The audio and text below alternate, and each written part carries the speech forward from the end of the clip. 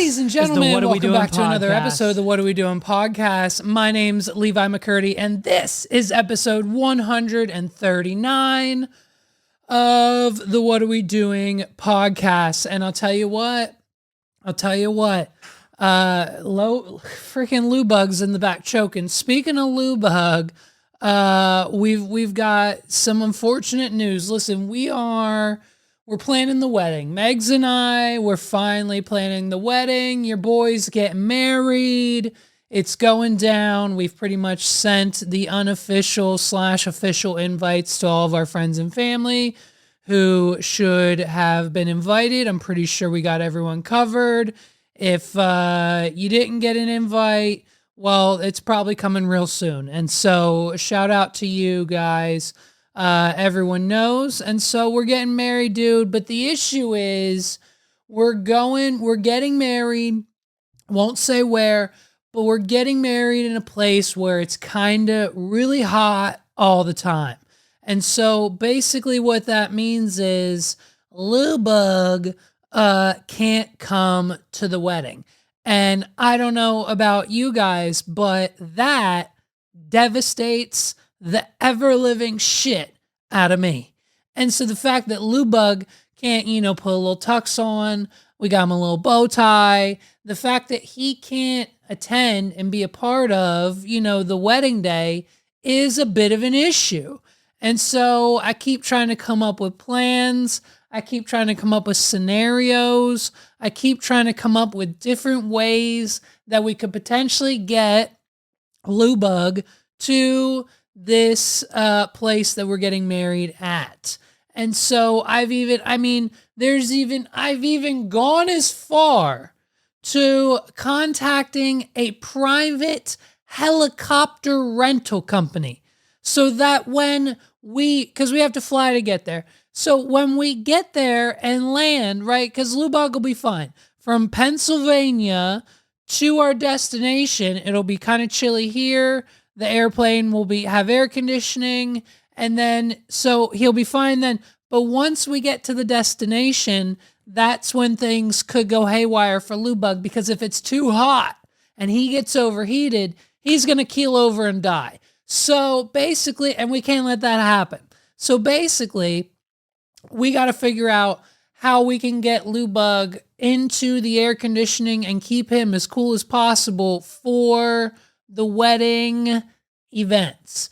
And like I said, I went as far as contacting a private helicopter company. I called them. They said for $1,400, when you land at the airport, at the destination, when you land there, we'll be there with the helicopter for an hour, because that's how long it would take to get to the hotel.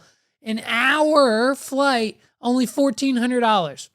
So theoretically, we could take Lou Bug from the air-conditioned airplane to the private helicopter. Hopefully that's air-conditioned. I'm also considering like an ice vest, potentially, kind of thing. I'm not sure. We're going to figure it out. We've got to get Lou Bug to the wedding. So if anyone has any suggestions on how we can potentially have my Frenchie, little French bulldog of a spit-fuck dog, how we can get him into a tropical climate of such that is most likely anywhere from 80 to 100 degrees on any given day. And you know what I mean? So we can't keep him in the room the whole time. Obviously, the room has air conditioning where we're going to be in the hotel room, but we got to take him outside. The ceremony's outside. The reception's outside. We got to take him to go to the potty. We got to take him on walks. That's outside. So just going for a walk, gonna kill him. And so, we've got to try to figure out how to get Lou Bug to the wedding, because if he misses it, well, then it's just depressing. And then it's not a good day. I'm not happy. Everyone else then becomes unhappy. I ruin the moment. It's a crappy day. And now I'm divorced. I'm single. I'm living with my parents. I've got to pay child support. I lose my businesses. My clients leave me. I have no money. My podcast, I have no listeners. That's kind of now, but it's fine. And so it just, if Lou Bug doesn't get to the wedding, it might be detrimental to everyone involved in my life and around me and everything else going on. But no, dude, it's going to be awesome. It's going to be a killer time. Everyone was invited. Dude, we got like 6 podcast hosts coming. We're literally going to have like multiple podcast hosts at the wedding, which means we're going to be booked all week. Like Monday, we're going to have to do like a 280 plus episode there. Tuesday, we're going to have to do a Wad Pod episode there. Wednesday, we're going to have to do a Paul episode. Thursday is going to be someone else's. And then, I mean, I want to do like a big like collab episode with everybody. So like we're going to be recording nonstop content. It's going to be crazy. I'll have this camera. We'll put it on the Gorilla Pod. I mean, we're going to have so many content creators at the wedding. It's going to be so much fun. So look out for that. It's not until next year. We've got so much time. It's not until like July of next year. And boy, oh boy, are we excited. So that's happening. So we're officially doing that. Megs is going dress shopping. And, Megs thought, maybe the black dress trend was right for her. And now she's quickly discovering that it might not be. And she might be wearing a white dress. She might be wearing multiple. Who knows? So we'll see. She's dress shopping. We got to get rings. And then that's pretty much it. We're doing everything super low key. We're finding a palm tree. We're standing under it. We're saying our vows. We're exchanging rings. We're kissing. And we're running into the ocean. And that's it. There's nothing official. And then everyone's coming back to our room to party. And it's going to be a killer time.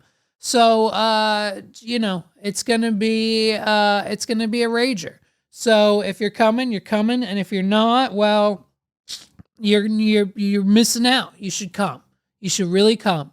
Hopefully Lou Bug's there.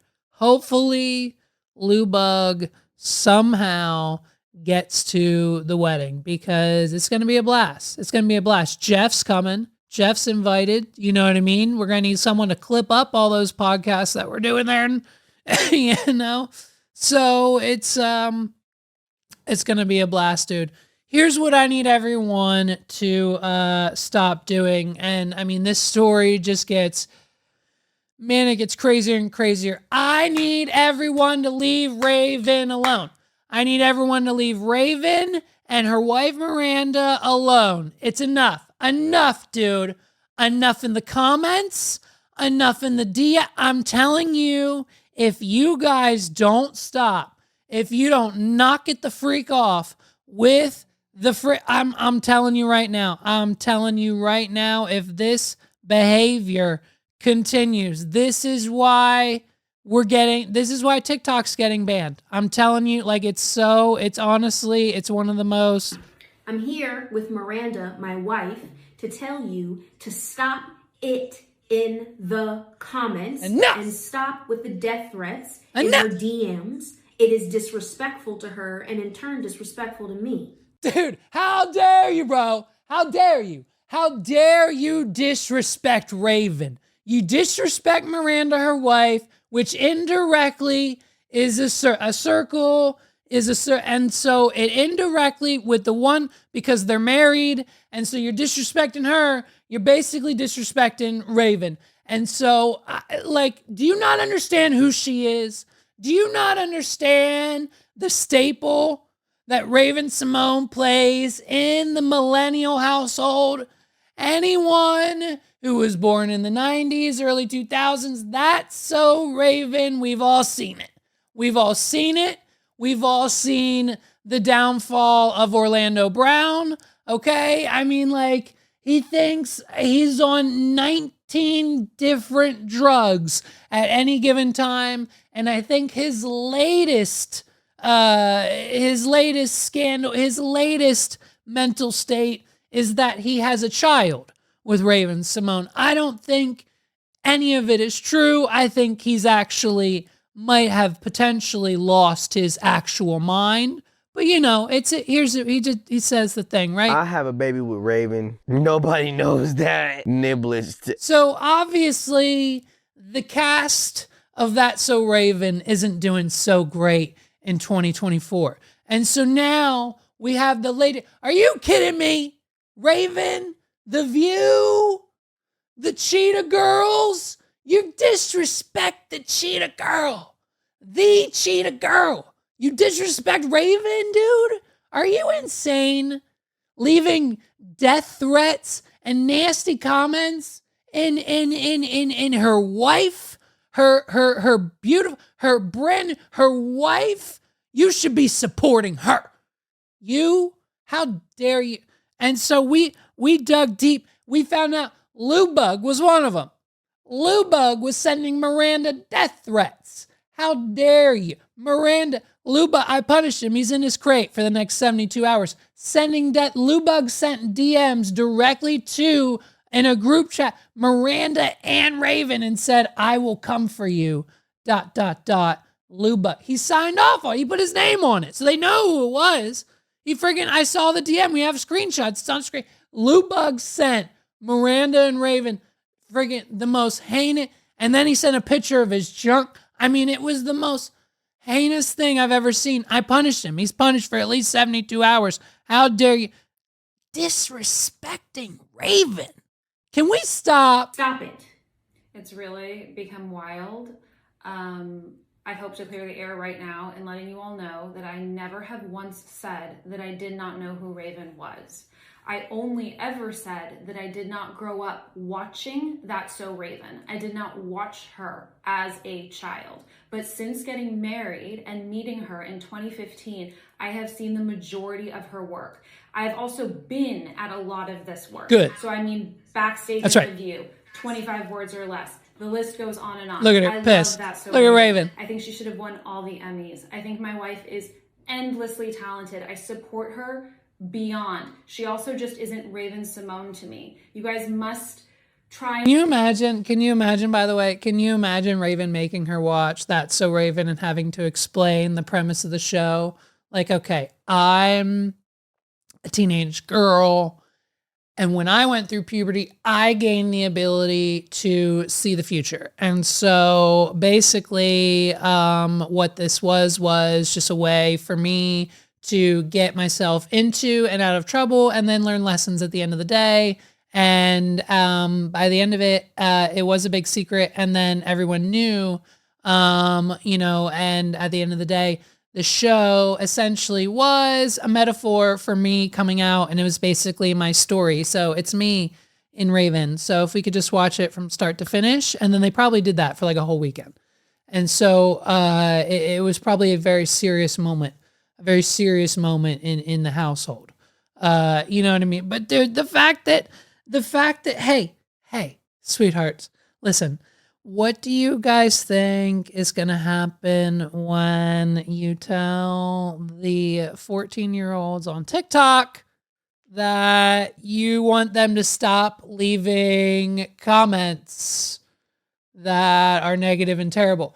It's just, listen, what is fascinating to me is that Raven Simone, who has been a Hollywood star pretty much all of her life and has been in the spotlight and has probably had the most horrendous things said about her by the littlest of people, and that she is still bothered by the comments section. Hey, turn your DMs off. Hey, you can block, don't have TikTok. You have assistant. Let someone else get off of TikTok.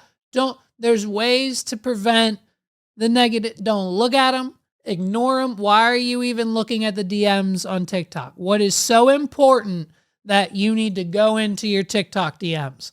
I could tell you the last person who's ever DM'd me on TikTok. Like, if it's important, something tells me they'll reach out in the appropriate channels and not on TikTok DMs, where you're going to get things like death threats and like people like Lou Bug telling you to jump off a bridge at 3 a.m. He literally typed that. He literally typed, I hope you both jump off a bridge at 3 a.m. and no one finds you. Like, he's disgusting. He's absolutely, I put him in his crate for 138 hours. He's utterly, this Lou Bug, I don't even know what to say. I don't even know what to say about him right now, but all I know is I need everyone to leave Raven alone. I mean, they're just, you know what I mean? They're just trying to be happy. They're just trying to be a happy couple in the middle of, the sad state of America. And speaking of the state of America, Biden's out here, Sleepy Joe. He's at it again. Mr. Joe Biden, Joseph Gordon Biden. Oh man, Joe. President Joe Biden is out here. He's trying to get my vote. He's trying to harvest as many possible votes as he can. Joe Biden is doing his damnedest to buy as many votes in the 2024 election as he can. He's been busy this week. He's been real busy. We'll start off with the declassification of marijuana, dude. Cheers and claps all around. It's one step closer, okay? One step closer to just a full-blown over the government. No more. We're one step closer. So what this means is instead of being classified as a level 1 narcotic, the Biden administration, along with the DEA, have decided to bump down marijuana as a schedule, I think 3, a level 3 narcotic, putting it below drugs like Adderall. So now there will be even more rules, laws, and regulations around the drug Adderall than there will be on marijuana in this country. So we just need the states to follow suit, and basically we're one step closer to a recreation-free America. And so Biden's out here trying to win. Now, he tried to pull this card of like pardoning anyone who's ever like smoked illegally. Last year, he tried to pull that whole illusion that didn't actually mean anything for anyone. That was a thing. But now with a declassification, you know what I mean? You got things like doctors being able to prescribe it to you now. So if you need it for a medical reason, your doctor can prescribe it and you can pick it up for at CVS or Rite Aid. And then guess what? Most of the time now, the insurance will have to pay for it. And so that also means you can use a credit card to buy it. And I think it also means you can ship it.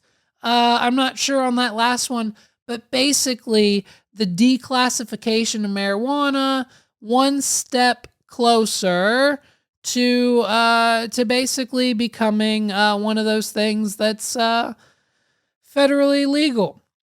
The Justice Department said Tuesday that it's moving to formally reclassify marijuana as less restricted substance after President Biden requested the review as he seeks re-election. But critics decreed the change is not going far enough. Weed is set to be moved from Schedule 1 to Schedule 3 of the Controlled Substance Act, easing research into its medical qualities and opening the door to lawful prescriptions, replacing a patchwork of state rules. Today, the Attorney General circulated a proposal to classify marijuana from Schedule 1 to Schedule 3, said Justice Department spokesperson Hino Joshua. I don't know that name. I butchered it. I'm sorry. It's not my fault. The law requires a 60-day review period, after which administrative law judge will decide whether to hold a hearing or simply adopt the change. But longtime pot legalization activists said it has a half measure, noting that Schedule 3 includes substances such as ketamine and codeine, cough syrup, for which illicit users and dealers still face penalties.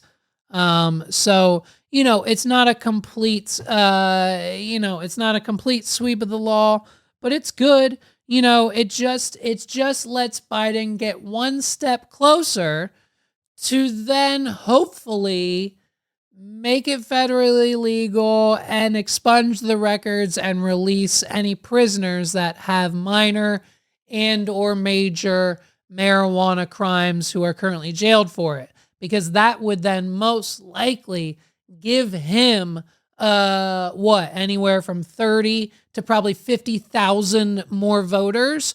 If anyone from who was in jail, anyone who is in jail or currently out of jail who has a record, and because of that record cannot vote, and because of that record it has to do with marijuana, and Biden expunges those records because marijuana has now been reclassified, or then has potentially steps to become federally legal, those people can now vote again. And so who are you going to vote for in November? The group of people, the Biden who just got you out of jail, or the guy who's going to jail? Who are you voting for? The guy who got you out of jail and your record expunged, which seems to be where it's on trajectory to happen. If Kim Kardashian keeps showing up at the White House, it's bound to happen soon. And so you voting for the guy going to jail or the guy getting you out of it? You know what I mean? It's a smart move. And so we're declassifying the drug. And then the next day, which is just beautiful and wonderful heavenly news for me and a subgroup of my friends and a subgroup of your friends most likely as well, Biden and the Harris administration decided that on this glorious morning, they were going to wipe the debt of anyone who attended the Art Institute across the country of the United States, all 317,000 of us. It wasn't a lot. There wasn't a lot of us there, but all 317,000 of us just got our student loans forgiven in a $6.1 billion act that they looked into it. And guess what? Newsflash, we all knew it because we experienced it, but no one was listening back then.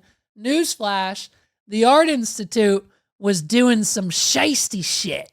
They were telling us a web of lies. They were spinning us a web of hopes and a web of dreams that we would all be accomplished. We would all be the professionals and the owners and the CEOs and the business, and we all be making the salaries and the accomplishments and the goals that we set out to make are 100% going to come true when you sign on the dotted line with the Art Institute. Whether you're in York, Pennsylvania, whether you're in Pittsburgh, whether you're in Philly, whether you're in Miami, or there are 90 other campus locations, sign on the dotted line. We know, listen, hey, we know the education, it's 3 times as much. Listen, yes, does the education cost anywhere from $100,000 to $200,000? Yes. Is it worth it? 100%. We'll tell you why.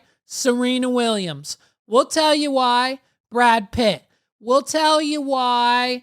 Joe Rogan. They all went to the Art Institute. I'm pretty sure only one of them did, but they all went to the Art Institute. They all got jobs, and guess what now? They're all millionaires, and you can be too. So these student loans in 5 years won't even be a thing.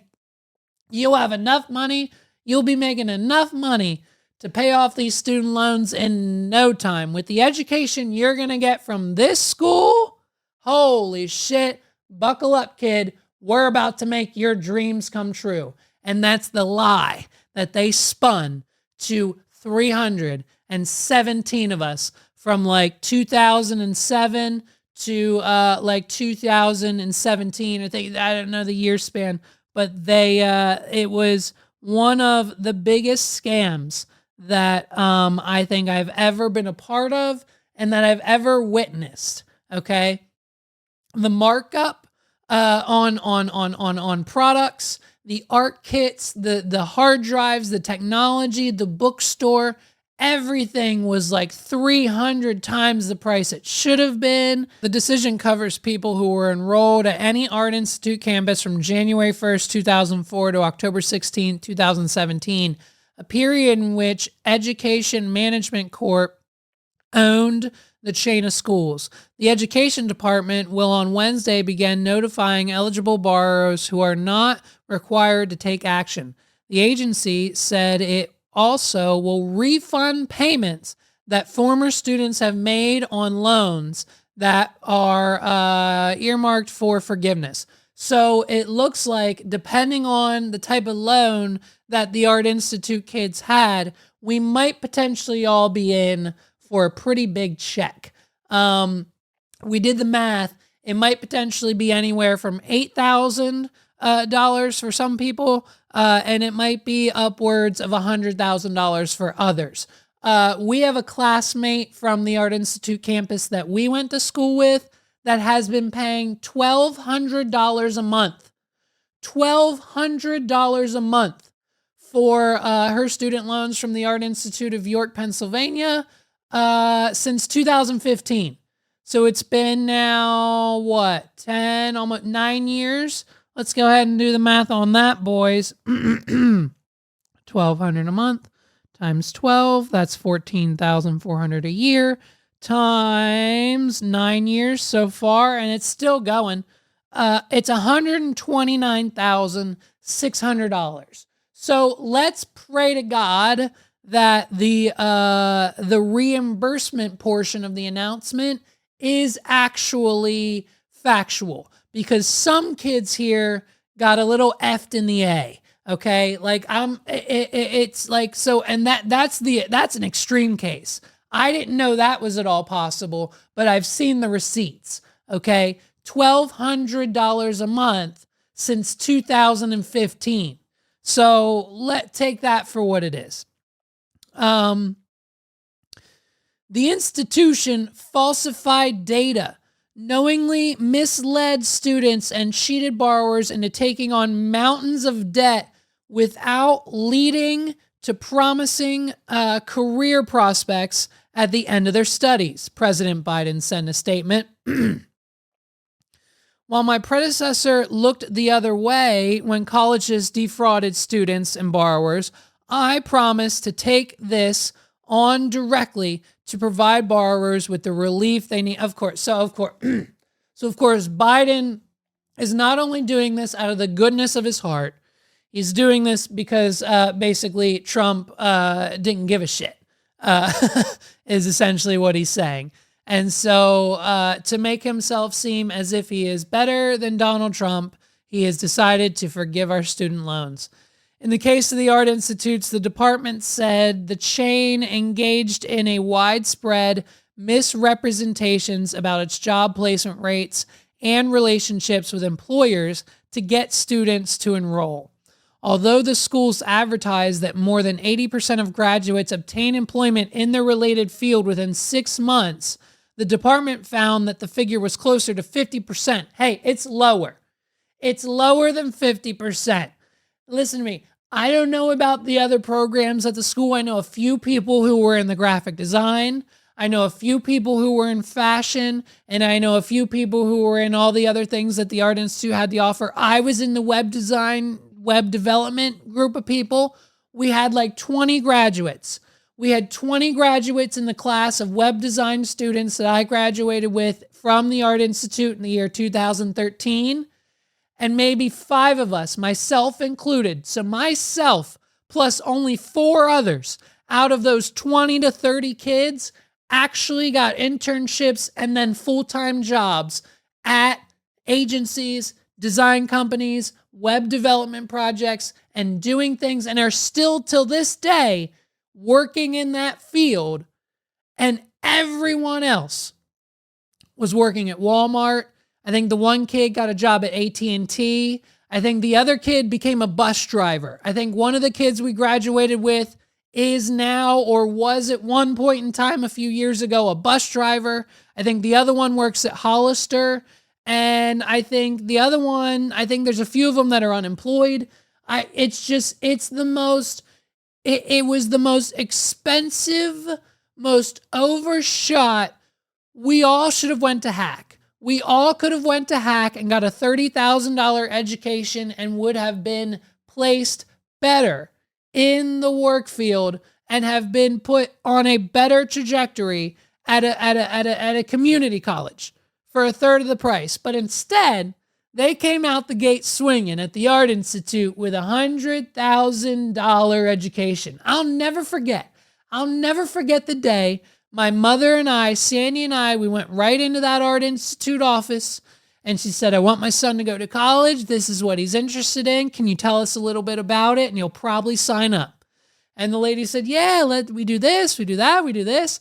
And it's only $30,000 a year. And I said, wait a minute.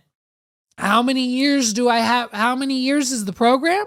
And she said, well, it's a 4-year program, but you go over the summer and you can get it done in 3. I said, so 3, 6, 9. So 100,000, it'll end up being $120,000. And she said, yep, that's about the average cost. And my mother goes, hey, lady, stop. Don't say another word about the price, because once he figures out how much money that actually is, he's not going to want to go here. And she was absolutely right. If we would have kept talking, I would have backed out, because once I committed, it was already too late. And I was already in for $100,000. But, it's fine. They scammed us out of it, and now it's all gone. Thanks to the Biden administration. The school promised students ongoing career services, but former employees and borrowers said once students graduated, school staff did not return their calls. Staff also admitted to falsifying graduate earning data, giving prospective students the impression that an education from the Art Institutes would guarantee success. They said that. Oh, trust me, they 1,000% did that at our spot. Shout out to AIY, the Art Institute of York. It's not there anymore, obviously, because of this whole debacle. But, dude, students took on high amounts of debt under false pretenses, according to the department. Many borrowers dropped out of their programs and defaulted on their loans. I mean, yeah, gangster. I haven't paid on my loans in 4 years. Now, half of the time I didn't have to. They started back up, but I can't afford. They want $400 a month. They wanted $400 a month. Guess what else I can get for $400 a month? On lease, 2 Teslas. And guess what? I don't have 2 Teslas because I can't afford 2 Teslas. So that was ridiculous, let alone the people we knew were paying $500 a month. We knew people who were paying $600 a month.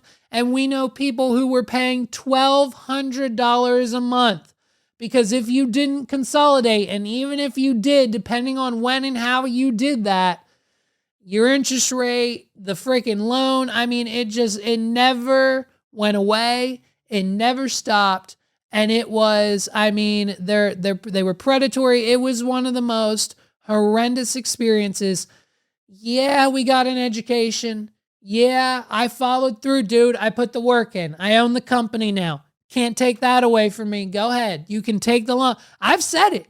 I've been saying it on this podcast ever since they announced student loan forgiveness in this country. I think it was 2 years ago. I was on the podcast with Jeff, and I was like, yo, bro, what about $20,000 towards your student loans? How about getting them, all of them erased? Let's go.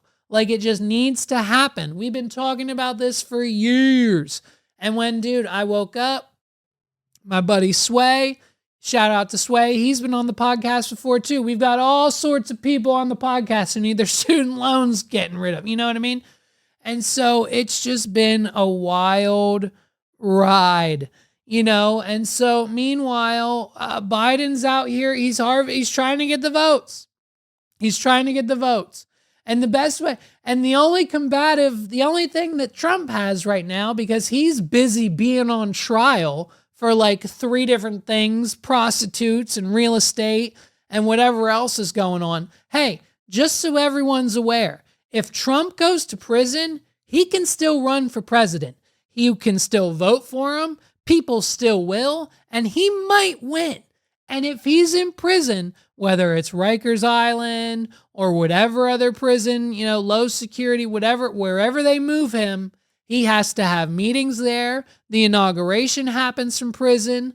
He has to talk to Nancy Pelosi from prison. He has to operate the country from prison. Now, I'm sure that we'll just sign a presidential pardon for anyone with the last name Trump, and then he'll be out in a lickety split. He'll make a few phone calls if, in fact, he does become one of the first presidents to ever run the country of America from prison, which would be absolutely perfect. If we're going to define America, and if we're going to put our best foot forward, and if we're going to be the example that the rest of the world needs to follow, the leader of the pack, because let's face it, the hierarchy over in England, that whole thing's a mess, okay? Get that family out of there. North Korea's under dictatorship. You can't do anything if you're a female in China. And pretty much all of the other countries are like in poverty or at war. And so, you know what I mean? We're the leaders. And so it would be absolutely beautiful if our 47th president would be that of one running from a prison. A New York State penitentiary is where the next president could potentially lie. But he's on trial. He's on trial, and he's been held in contempt. He's apparently just passing gas. Apparently Trump is taking so much Ozempic, which is a rumor, it's alleged, but apparently Trump is on so much Ozempic, which some of the side effects, I guess, are it makes you gassy. He's just farting up a storm in the courtroom. His lawyers have come out and said, so, it's a shit show, the whole thing. And, he wants it to be because he knows the more eyeballs he has on that trial, no matter the outcome, whether good or bad, hush up, Blue Bug, whether good or bad, he knows for a fact that he wants to win. He'll do it. He'll run it from jail. He doesn't give a shit. He just released a song on Spotify with a bunch of prisoners. He loves jail. Trump loves he'll hang out in jail all day long and send missiles off in this country. Why not? He'll do it, and he'll do it proudly. And that's just who Donald Trump is. You know what I mean? We're not big fans of him here, but that's the latest and greatest. Just want to give a real shout out quick, you know what I mean? Like a segment where, like, when I was writing this out and just had to think about it, it's where real recognizes real. It's a shout out to my man Jabbar Harris. He's host of the Fresh Bar Sports Show podcast. It's on Instagram. That's where he lives. He usually does it on Instagram Live, sometimes solo, sometimes with a guest. It's a good, listen, if you're into sports, I'm not, I know very little. I just know the politics and what Taylor Swift's doing in the NFL and anything Travis Kelce or any other mainstream characters are doing. It is one of those, it's one of those situations. I'm not a sports guy, so I'm not a fan, but if you know sports and you want to listen to a sports podcast, go listen to Jabbar's podcast. He commented on one of my recent clips. Last week's episode, I did a segment where I played a video where Soulja Boy, famous award-winning rapper Soulja Boy, wants to buy TikTok now that it's up for sale in the United States. And then I said, where are we going to find TikToks like this? And it was a guy with spoon. Here's the clip. Where are we going to get videos like this? And so Jabbar saw this on my Instagram page, and he sent me a DM, just like a comment on the video. And he said, you really always have been funny, like truly funny. I'm talking pure comedy. And when I got that comment, I thought one of two things. I thought, one, wow, finally someone who appreciates the comedy of this podcast. And I know there's plenty of people out there. I have talked to plenty of people. I've talked to Jeff, I've talked to Paul, I've talked to Justin. I've talked to all my friends, my close family, and I am aware that the comedy and the satire and the jokes and the opinions and the attitude and the loudness and the bubbly and everything that I do and have done for the last 139 weeks is for like 1 to 5% of people. That's why we have a slow build on our audience. That's why it's only getting, a few downloads a week. That's why it's for only a select few of people who actually understand this satire, dry, kind of out there, but in your face, shock value sense of humor. And you know what I mean? So when people like Jabbar come along, I don't know much about this man. We went to high school together. I know him a little bit. I know some of his personal life from what I see on social media, but other than that, we've never really hung out, okay? But real recognizes real, and I've got to give this man a shout out. I can't thank him enough for watching. I can't thank you enough for watching. And it just makes me to know that one person like this man finds one clip from an hour, let alone 138 hours worth of content hilarious, is all that matters. And I will continue to get to episode 239 and 100 beyond that and 1,000 beyond that. Because if that means even one more person in the next 139 episodes finds something I say within the hour span of shit that spews out of my mouth every week, then it's fucking worth it, dude. And I love it. I love getting one comment in a sea, in an ocean, in what it could only be described as a flood coming down from the heavens, and a man named Noah needs to construct an ark, and he looks exactly like Steve Carell, and he needs to build a big boat because the water is going to flood the town. An ocean of comments that are nothing but your voice, kill yourself, you're terrible, waste of time, I thought you were a girl, the glasses, you're an idiot, shut up, knock it off. It's nothing but negativity. An ocean. I could have a millionaire's yacht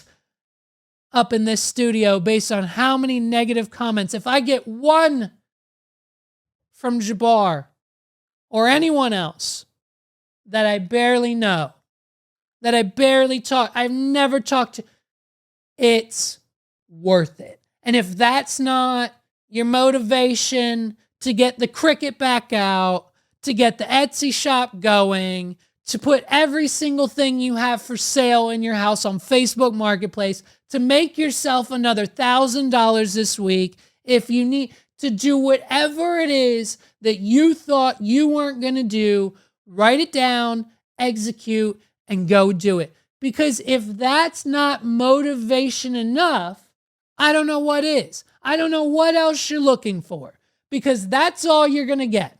You have to hustle and grind for at least 140 hours plus at this point, with other podcast guest appearances plus 2-hour episode. It's got to be easily 200 hours plus of content that I have distributed in the last 3 years to only have one positive fucking comment.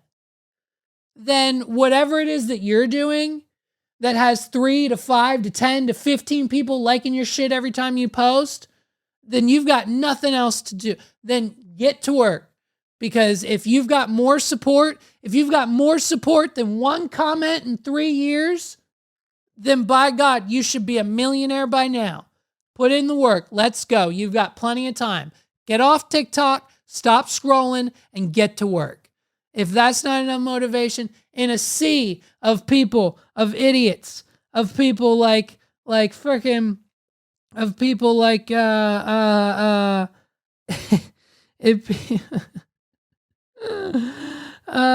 people like here we go, Pandemonium Vic 7619 said, "Man, your voice is annoying. Get off my feed." As if I had anything to do with my video and the algorithm putting it on his personal feed.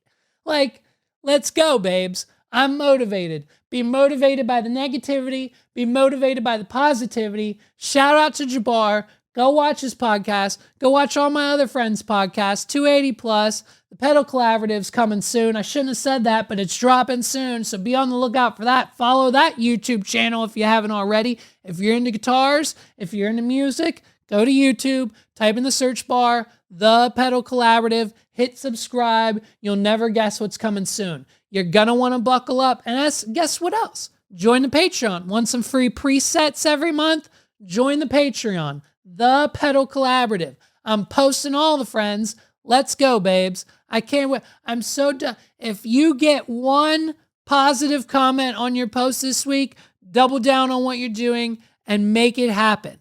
There's no reason you shouldn't be making money every single day doing what you love, let alone doing it for nothing. Because Lord knows I haven't made a penny from this podcast, let alone anything else. So it's just, man, it's people like that that'll keep you going when things are down. And then when it's random and you don't expect it, it makes it that much better. So shout out to you. Real recognizes real, dude. I'll say it once again, if you don't stop leaving Raven and her wife alone and stop sending hateful comments, we're going to find you. Thank you. Dude, okay, here we go. We've got another update. Kendrick released a timestamp. Kendrick thought he'd be cute and release yet another diss to Drake with a timestamp. Now, we all know, shout out to the 280 Plus podcast, we all know the timestamps are Drake's thing, so that's hilarious. 616 in LA. Let's not pretend like the 616 is a jab at Drake. Let's not pretend like that's a thing. And let's also not pretend as if the 616 in LA producer credits Soundwave and Jack Antoff, the main producers of Taylor Swift music, babe. So basically, we've got a tailor-made diss track from Kendrick Lamar. Hey, love that for him.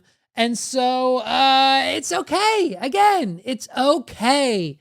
I rewound it a couple of times to hear the diss. The last one was better, I guess, if I had to compare the two. Listen, here's the thing about it. Kendrick Lamar is making these songs for Drake. Kendrick Lamar goes into the studio and he records these diss tracks for Drake. He does it not for anyone else, not for us, not the audience, not other artists. He specifically wants Drake to listen to these songs. Drake, in his response with Push-Ups, the Tupac track, anything else he's going to release, Drake releases music for us first. Drake is releasing the music for the audience, for the Spotify, for the Billboard, for the articles, because he knows if he makes a song that we all want to listen to, in the end, it's going to get more talk, more chatter, more listens, more downloads, and that means victory, okay? I don't have any of Kendrick Lamar's songs on a playlist, but I've got Push-Ups on it because the beat goes like it's a good song. I just said it last week. It's a good song, but I'm never going to listen to Kendrick Lamar's 6-minute ballad.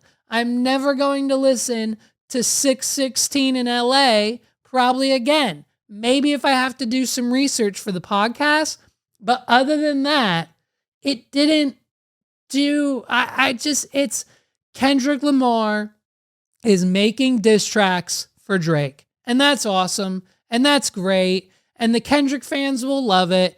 And the fan and everyone who is a Kendrick fan will call me a Drake meat rider in the comments. I get it. It's fine. But the numbers don't lie.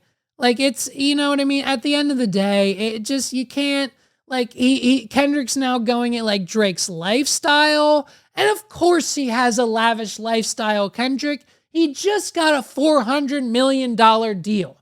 Drake is one of the only rappers, I'm sure, maybe Jay-Z, there might be others, but I'm almost positive in recent history, no other rapper has announced or has gotten a $400 million deal. And just like Carlos said, I'm pretty sure there's stocks involved and ownership in the Universal Music deal. And guess who owns all of the record labels that all of these other artists are a part of?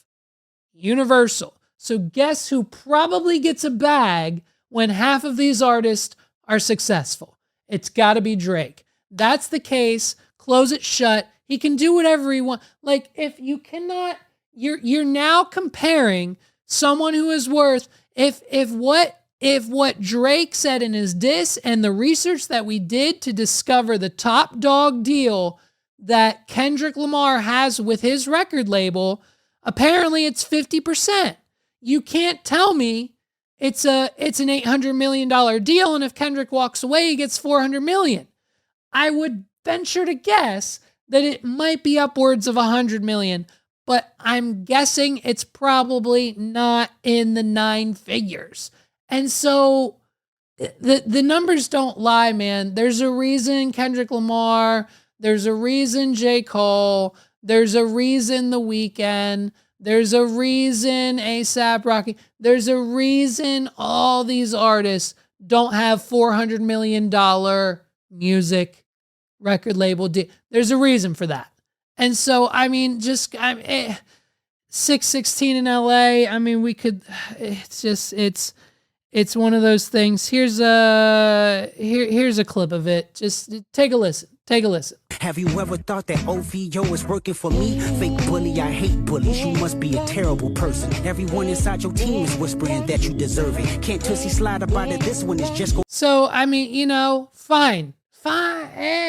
It's a 6 out of 10. It's a 6 out of 10. I'll take the L on. I don't care. It's a 6 out of 10. Drake still won. It's still 1-zip. Whether Kendrick can release 10 of these. Kendrick can release a whole album like this, and it still won't change my mind. If Kendrick Lamar dropped a whole diss album with 10 tracks on it, that was the 6-minute joint, and now this 616 in LA joint, I wouldn't make it through. I probably would fall asleep. But hey, let's be honest. Go ahead. Hey, be honest with yourself. If Drake released a 10-track album with songs with equal, if not more fire behind it than push-ups, you'd have that shit on repeat. We'd have that on Billboard Top 100, 1 through 30, just like Taylor Swift. Like, come on, dude. You just can't deny that Drake is, that Drake is one of the best. The Drake is one of the best rappers that you will ever, that our generation's ever seen. I don't care what you say. Anyone else is hearsay. It doesn't matter to me anymore. You're not going to convince me otherwise. It's not even if Jay-Z, like Kanye attempted to come into the but no one cared. Kanye West couldn't even break down the wall of Drake. Like, I don't even think Jay-Z would have enough manpower to break this man down. Drake has now taken on pretty much the entire rap industry and won. You have not damaged him. He has not bled whatsoever. You might have hit him. You might have gave him a few jabs, but he's still standing. And it's one of those situations where unfortunately half of the planet is going to disagree with me. But that's fine. It is what it is. The last story of the week, man, a little bit of sad news, a little bit of mourning, a little bit of I'm sorry to see him go, but R.I.P. Uncle Johnny. Listen, there's nothing more that I enjoyed just every day. Actually, it's crazy that we talked about the Art Institute at the beginning, because as soon as I graduated in 2013, I moved out of my mom's house and I got an apartment with my friends in the middle of York City. But my job, my internship that turned into a full-time job essentially immediately after college was in Ephrata in Lancaster. And so it was probably a 45 to 60 minute drive from my apartment every day to work. And so being up that early and having to be at the office at, 8, 9 a.m., 10 a.m., whenever we strolled in, I listened to the radio the whole way. And for those of you in the central PA area or even across the country, I'm pretty sure it was, syndicated on multiple channels. Anyone who knows the Elvis Duran morning show was just a staple of my morning drive every single day, Monday through Friday, whether it was Danielle or when Bethany was on the show way back then, Straight Nate, Scary, everybody, the guests they would have on, artists they would have on, Chef Bobby Flay, they would have on Uncle Johnny, of course, the stories that man would come on and tell, the cocktails, the rambling, the Sinatra, the Fire Island. I mean, it's the reason why Elvis Duran in the Morning Show has won awards. It's the reason why it's the number one radio show, I think.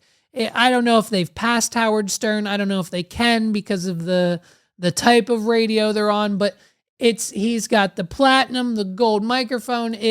There's a reason this man, Elvis Duran, he's hilarious. His cast and crew, the bits, the prank phone calls. What do they call them? I can't even. It's the thought is escaping me right now. But just everything.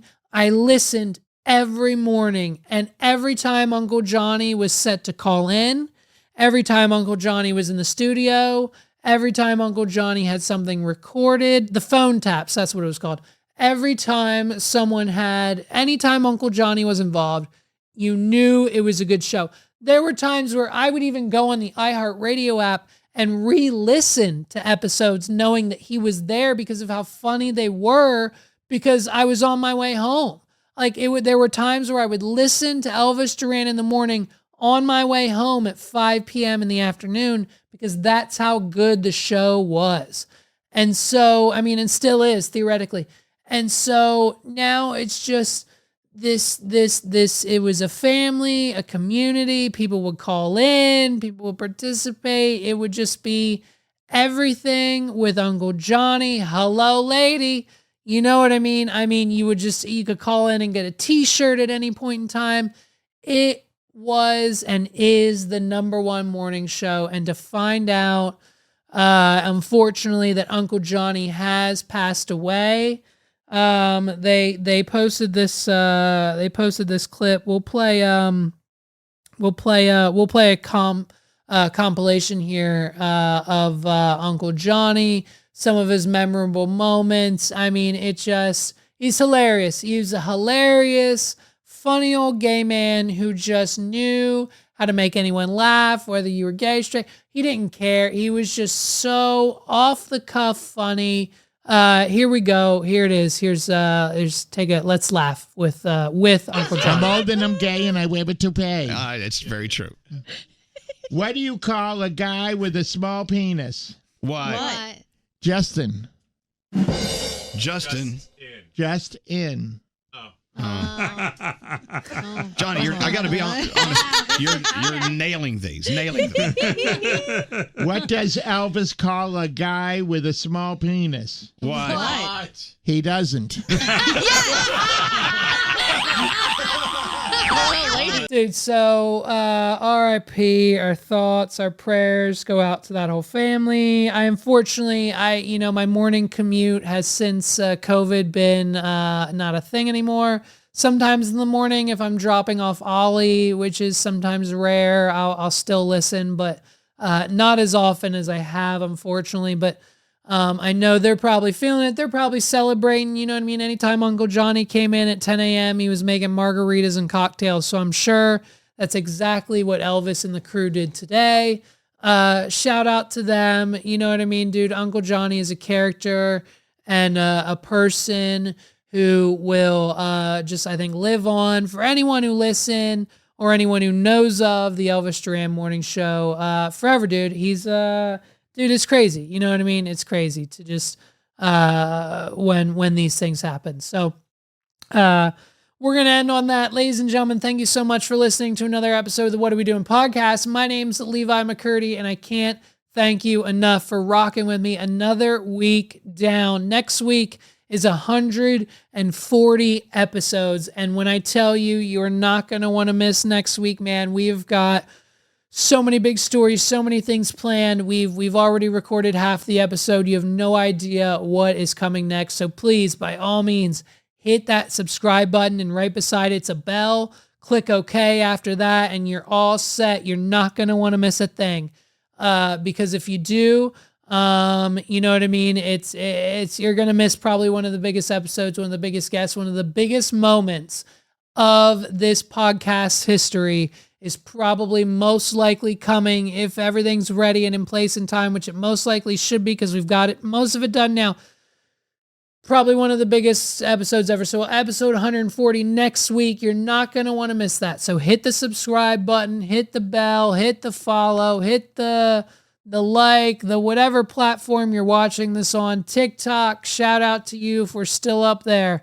If it's gotten banned, so be it. We'll see you on Instagram or Vine or whatever Elon or Tom from MySpace decides to bring back, or if hopefully with the help of Kevin O'Leary and Soldier Boy, TikTok will never die in America. So let's pray, let's hope, let's get behind those two and do everything we can, whether it's a GoFundMe or whatever.